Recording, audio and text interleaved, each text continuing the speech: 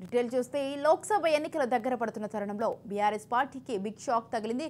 ఇక Delhi liquor scam కేసులో కీలక మలుపు తీసుకుంది. ఎమ్మెల్సీ కవితను నిందితురాలుగా పరిగణిస్తూ కేసులో సీబీఐ ఆమె పేరును చేర్చింది. తాజాగా ఎమ్మెల్సీ కవితకు శుక్రవారం 41A కింద నోటీసులు జారీ చేసింది. ఈ నెల 26న ఢిల్లీలోని సీబీఐ ఆఫీసుకు విచారణకు రావాలని నోటీసులలో స్పష్టంగా వెల్లడించారు.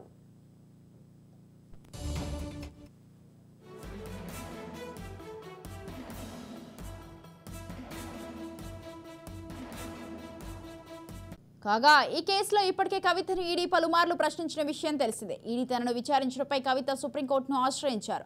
ప్రస్తుతం ఈ కేసు సుప్రీంకోర్టులో విచారణ జరుగుతోంది. విచారణ పూర్తయ్యే వరకు కవితపై ఎలాంటి చర్యలు తీసుకోవద్దని ఈడీని సుప్రీంకోర్టు ఆదేశించింది. అయితే పార్లమెంటు ఎన్నికల వేళ ఢిల్లీ లిక్కర్ స్కామ్ కేసులో కవితకు మరోసారి నోటీసులు రావడం పొలిటికల్ సర్కిల్స్లో హాట్ టాపిక్గా మారింది. సిబిఐ విచారణకు కవిత హాజరవుతారా లేదా అనేది ఉత్కంఠంగా మారింది.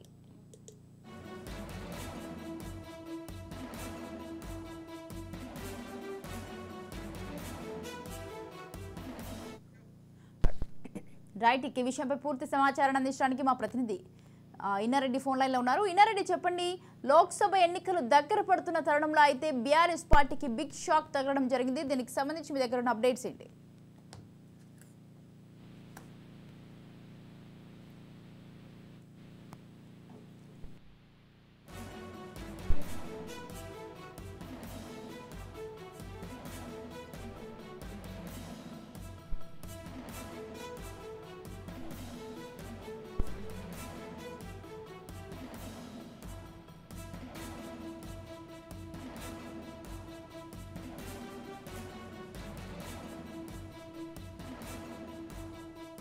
లోక్సభ ఎన్నికలు దగ్గర పడుతున్న తరుణంలో బీఆర్ఎస్ పార్టీకి బిగ్ షాక్ తగిలింది. ఢిల్లీ లిక్కర్ స్కామ్ కేసులో కీలక మలుపు తీసుకుంది.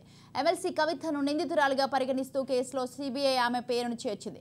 తాజాగా ఎమ్మెల్సీ కవితకు శుక్రవారం 41A కింద నోటీసులు జారీ చేసింది.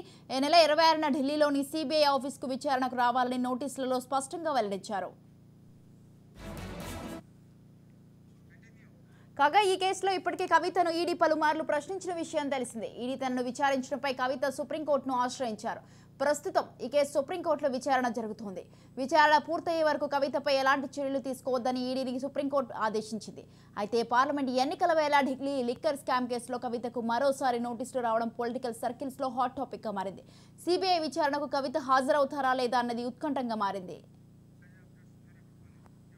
రైట్, ఈ విషయంపై పూర్తి సమాచారం అందించడానికి మా ప్రతినిధి ఇన్నారెడ్డి ఫోన్ లైన్ లో ఉన్నారు. ఇన్నారెడ్డి, స్వాతి, మనం గమనించవచ్చు, ఎన్ఫోర్స్మెంట్ డైరెక్టరేట్ సంబంధించి ఆమె హాజరు కాకుండా సుప్రీంకోర్టు రిలాక్సేషన్ తీసుకున్నప్పటికీ కూడా ఈ కేసు విషయంలో సెంట్రల్ ఇన్వెస్టిగేషన్ సిబిఐ దర్యాప్తు కొనసాగుతున్న నేపథ్యంలో కేసుకు సంబంధించిన సాక్ష్యాధారాలు అన్నింటినీ కూడా తీసుకున్న తర్వాత అందరిని విచారిస్తుంది. ఈ నేపథ్యంలోనే ఎమ్మెల్సీ కవితను దీంట్లో నిందితురాలుగా చేర్చి ఆమెను ఈ నెల 26వ తారీఖున హాజరు కావాలని కూడా ఇప్పటికే నోటీసులు జారీ చేసింది. ఈ నోటీసులు జారీ చేసిన తర్వాత మరి ఆమె ఈడీకి హాజరు కాకుండా కోర్టు అనుమతి తీసుకున్న నేపథ్యంలో మరి సిబిఐకి హాజరు అవుతుందా లేదా, తర్వాత దీనికి సంబంధించి ఆమె తన న్యాయ నిపుణులతో మాట్లాడిన తర్వాత నిర్ణయం తీసుకుంటుందని చెప్పని బీఆర్ఎస్ వర్గాలు చెప్తున్న పరిస్థితి. సో మరి 26వ తారీఖున కవిత సిబిఐ ఎంక్వైరీకి హాజరవుతుందా లేదా? ఇప్పటికే లిక్కర్ స్కామ్ లో ఒక పక్కన ఎన్ఫోర్స్మెంట్ డైరెక్టరేట్ సేకరించిన సాక్ష్యాలు కాకుండా CBI central bureau of investigation CBI కూడా చాలా కీలకమైన అంశాలను కూడా సేకరించి ఆ నేపథ్యంలోనే కవితను దీంట్లో నిందితురాలుగా చేర్చి ఇప్పుడు 26వ తారీఖున హాజరు కావాలంటూ నోటీసులు జారీ చేసిన నేపథ్యంలో మరి హాజరు సంబంధించిన విషయంలో మాత్రం సస్పెన్స్ కొనసాగుతూనే ఉంది. మరి ఖచ్చితంగా హాజరు కావాలంటూ సిబిఐ అంటే సిబిఐ అనే సంస్థకు అది వచ్చేసి ఆర్థికపరమైన అంశాల తర్వాత అధికార అంశాలకు సంబంధించి ఎన్ఫోర్స్మెంట్ డైరెక్టరేట్ చూస్తుంది.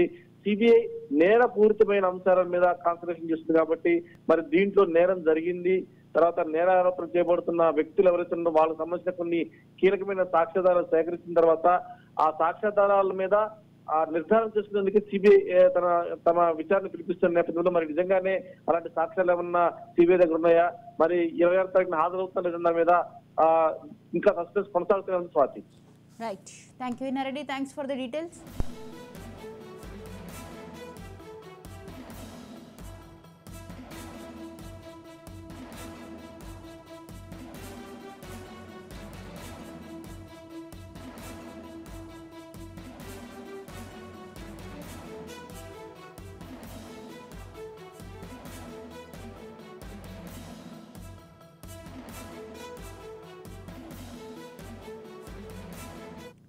లోక్సభ ఎన్నికలు దగ్గర పడుతున్న తరుణంలో బీఆర్ఎస్ పార్టీకి బిగ్ షాక్ తగలడం జరిగింది. ఇక ఢిల్లీ లిక్కర్ స్కామ్ కేసులో కీలక మలుపు తీసుకుంది.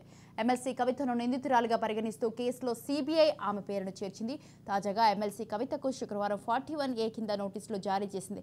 ఈ నెల 26న ఢిల్లీలోని సీబీఐ ఆఫీసుకు విచారణకు రావాలని నోటీసులలో స్పష్టంగా వెల్లడించారు. రైట్, ఈ విషయంపై పూర్తి సమాచారం అందించడానికి మా ప్రతినిధి మహేందర్ ఫోన్ లైన్లో ఉన్నారు. మహేందర్, అయితే ఢిల్లీ లిక్కర్ కేసు దేశవ్యాప్తంగా సంచలనం రేపిన విషయం అందరికి తెలిసిందే. అయితే ఈ కేసులో అనేక మలుపులు తిరుగుతున్నాయి. ఆరోపణలు కూడా ఎదుర్కొన్న నేతలకు ఈడీ నోటీసులు జారీ చేయడం, నాయకులు వాటిని దాటివేయడం, మళ్లీ సమ్మాన్లు జారీ చేయడం లాంటి అంశాలు ఆసక్తిని రేపుతున్నాయి.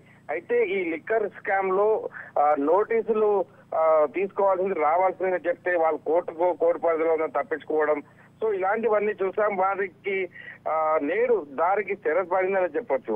ఢిల్లీ లిక్కర్ కేసు కీలక మలుపు తిరిగిందని మాట్లాడవచ్చు. ఎమ్మెల్సీ కవితను నిందితురాలిగా సిబిఐ చేర్చింది. ఈ మేరకు కవితకు సిబిఐ నోటీసులు కూడా జారీ చేసింది.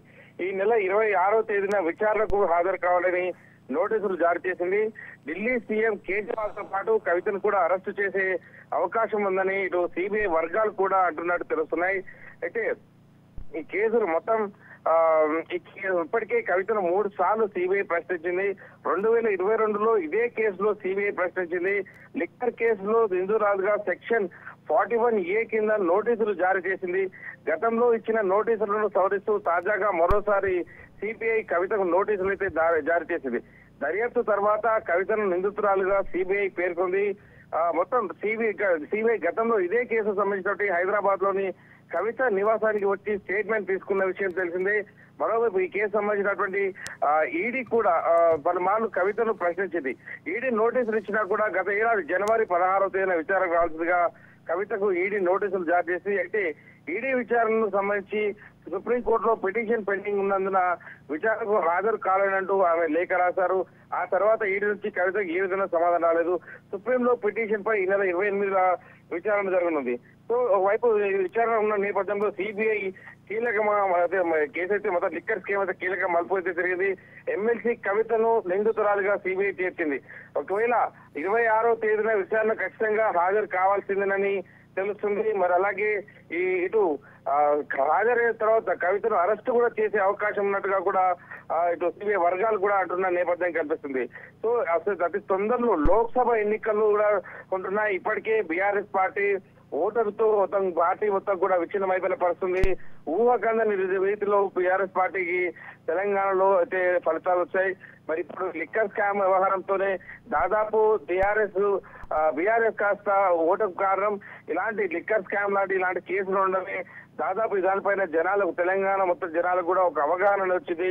లిక్కర్ స్కామ్ అనేది కోర్టులు నిర్ధారించకపోయినా మీడియాలో వస్తున్న వార్తలు కావచ్చు, వీటికి నోటీసులకు ఇదైతే ఎవరైతే దోషులుగా చెప్తున్నారో వాళ్ళు నోటీసు తీసుకోకపోవడం, ఇవన్నీ కూడా ఒక సినిమా డ్రామా అంటే దాన్ని అయితే తెలంగాణ జనం అయితే పూర్తిగా అవగాహనకు తీసుకున్నారు. దాని ప్రకంగానే లిక్కర్ స్కామ్ కొనసాగుతున్న నేపథ్యంలో ఎలక్షన్ రావడం, దీంట్లో ఇవన్నీ కూడా ఓటమికి కూడా ఇది ఒక కారణం అనేది చెప్పొచ్చు. ఇప్పుడు అది తొందరలో లోక్సభ ఎన్నికలు కూడా ఉన్న నేపథ్యంలో కవిత ఇటు దోషిగా దాదాపు ఈ లిక్కర్ స్కామ్ లో సిబిఐ నిందితురాలుగా చేర్చడం అనేది చర్చనీయాంశంగా మారింది.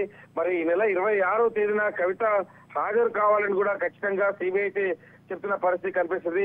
సిబిఐ ముందు హాజరైన తర్వాత మరి అరెస్టు చేసే అవకాశాలు ఉంటున్న నేపథ్యంలో పరిస్థితులు ఎలా ఉండబోతాయి? మరి ఈసారి గతంలో కేవలం ఢిల్లీకి విచారణ కోసం వెళ్తేనే మొత్తం ఈ తెలంగాణ నుంచి దాదాపు టీఆర్ఎస్ సంబంధించినటువంటి ఎమ్మెల్యేలు, మంత్రులు, అప్పుడు కొనసాగినటువంటి ఎమ్మెల్యేలు, మంత్రులు పెద్ద ఎత్తున కవితకు తోడుగా వెళ్ళారు. ఈసారి సిబిఐ విచారణకు వెళ్ళినప్పుడు మరి ఎంతమంది తన వెంట వెళ్తారు? ఇప్పుడు అధికారంలో కూడా తాము లేని పరిస్థితి ఉంది. ఓవైపు పూర్తిగా ఓటమి దిశగా వాళ్ళు ఉన్నారు. మరోవైపు ఎలక్షన్స్ అతి తొందరలో లోక్సభ ఎన్నికలు కూడా అతి దగ్గరలో ఉన్న నేపథ్యం. సో 26వ తేదీన విచారణకు హాజరు కావాలని సిబిఐ చెప్తున్న పరిస్థితి. సో చూడాలి ఇది ఎక్కడి వరకు దారి తీస్తుంది. ఒకవేళ అరెస్టు కూడా దారి తీసే అవకాశం కూడా ఉందనేది వేచి చూడాల్సిన అవసరం ఉంది. Right, thank you Mahender, thanks for the details.